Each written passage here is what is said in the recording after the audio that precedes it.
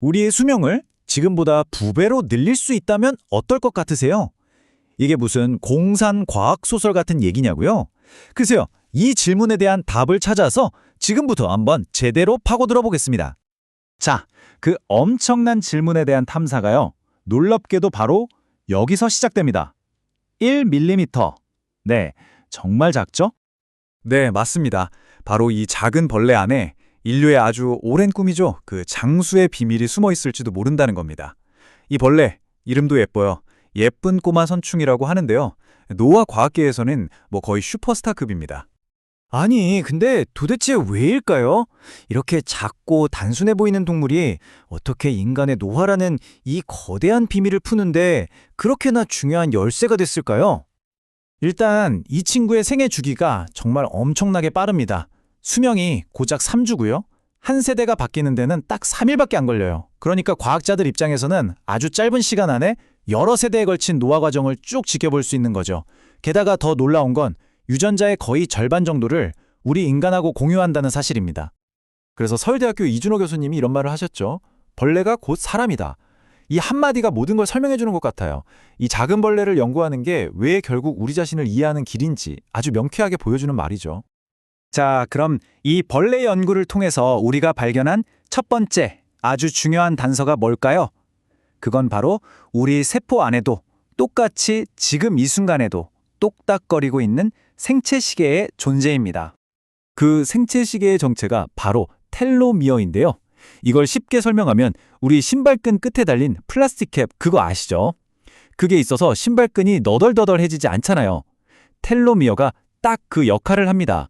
염색체 끝에서 아주 중요한 유전 정보가 풀어지거나 손상되지 않도록 꽉 막아주는 보호캡인 거죠. 바로 이 과정이 우리 몸이 시간이 흐르면서 늙어가는 아주 근본적인 이유 중 하나예요. 보세요. 젊은 세포는 이 텔로미어가 아주 깁니다. 그런데 세포가 한번 분열할 때마다 이 보호캡이 조금씩, 아주 조금씩 닳아서 짧아져요. 그러다가 이게 너무 짧아져서 더는 보호를 못할 지경이 되면 세포는 분열을 멈춰버립니다. 이게 바로 세포의 노화 상태인 거죠. 그렇다면 이런 생각이 들죠? 그럼 핵심은 이거네. 텔로미어가 바로 그 생체 시계라면 이 시계의 바늘을 거꾸로 돌릴 수는 없을까? 닳아버린 텔로미어를 다시 길게 만들 수만 있다면 우리도 더 오래, 더 젊게 살 수 있는 거 아닐까요? 와, 정말 솔깃한 생각인데요. 하지만 문제가 그렇게 간단하지가 않습니다. 왜냐하면 이 텔로미어의 길이를 조절하는 문제가요, 우리 생명의 아주 근본적이고도 위험한 딜레마랑 딱 연결되어 있거든요. 보시면 이게 바로 생명의 양날의 검입니다. 우리를 더 오래 건강하게 살게 할 수 있는 이 텔로미어 유지 능력이 정말 아이러니하게도 암세포가 죽지 않고 영원히 증식하기 위해 사용하는 바로 그 방법이기도 하다는 거죠. 끝없이 분열하는 거, 그게 바로 암의 무서운 본질이잖아요. 자, 이렇게 딜레마에 빠져 있을 때 전혀 예상치 못한 곳에서 새로운 가능성이 열립니다. 그게 뭐였냐면 무려 한 세기나 된 아주 낡은 항생제에서 발견된 정말 놀라운 단서였어요. 이야기는 이렇습니다. 완전히 우연히 시작된 일종의 인간 실험이었는데요. 과거에 한센병 환자들한테 뎁손, 그러니까 DDS라는 항생제를 처방했어요. 그런데 수십 년이 지나고 보니까 이 약을 평생 먹은 환자들이 다른 사람들보다 훨씬 더 오래 살더라는 거예요. 혹시 이 약 때문인가 싶어서 과학자들이 예쁜 꼬마 선충한테 이 약을 줘봤죠. 그랬더니 결과가 어땠을까요? 정말 놀랍게도 벌레들의 수명이 확 늘어난 겁니다. 아니, 항생제가 어떻게 수명을 늘렸을까요? 알고 보니 이 약이 단순히 세균만 죽이는 게 아니었어요. 우리 세포의 에너지 공장, 미토콘드리아에서 나오는 일종의 노폐물가스 같은 게 있거든요. 바로 활성산소인데요. 이 활성산소가 세포를 늙게 만드는 주범 중 하나인데 바로 이 약이 그걸 줄여줬던 겁니다. 결과적으로 세포가 손상되는 걸 막아준 거죠. 자, 그럼 여기서 중요한 포인트를 알 수 있죠. 세포 손상을 줄이는 게 노화를 늦추는 열쇠다. 그럼 꼭 약을 먹어야만 할까요? 아니죠. 바로 오늘 우리가 당장 우리 삶에서 실천할 수 있는 가장 현실적인 방법은 과연 뭘까요? 텔로미어 연구가 가리키는 답은요, 어떤 마법의 약 같은 게 아닙니다.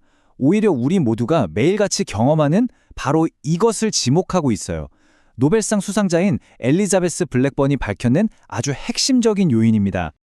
네, 맞습니다. 우리 텔로미어의 가장 큰 적은 바로 장기적이고 만성적인 스트레스라고 합니다.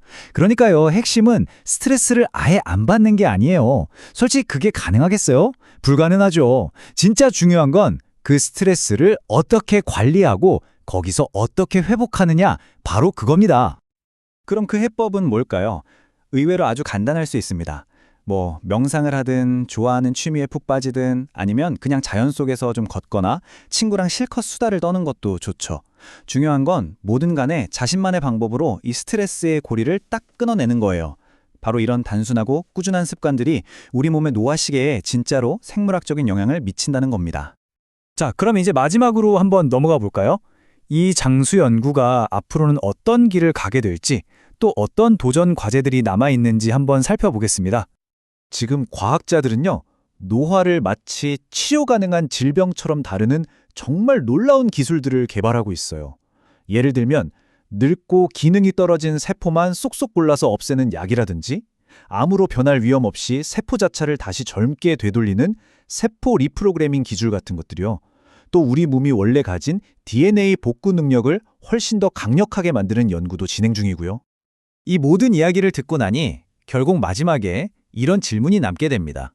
만약 과학의 힘으로 여러분이 150살까지 살 수 있는 기회를 얻게 된다면 여러분은 어떤 삶을 살고 싶으세요? 어쩌면 우리의 수명을 마음대로 조절할 수 있는 기술에 가까워질수록 우리에게 남는 가장 큰 질문은 더 이상 과학의 영역이 아닐지도 모르겠습니다.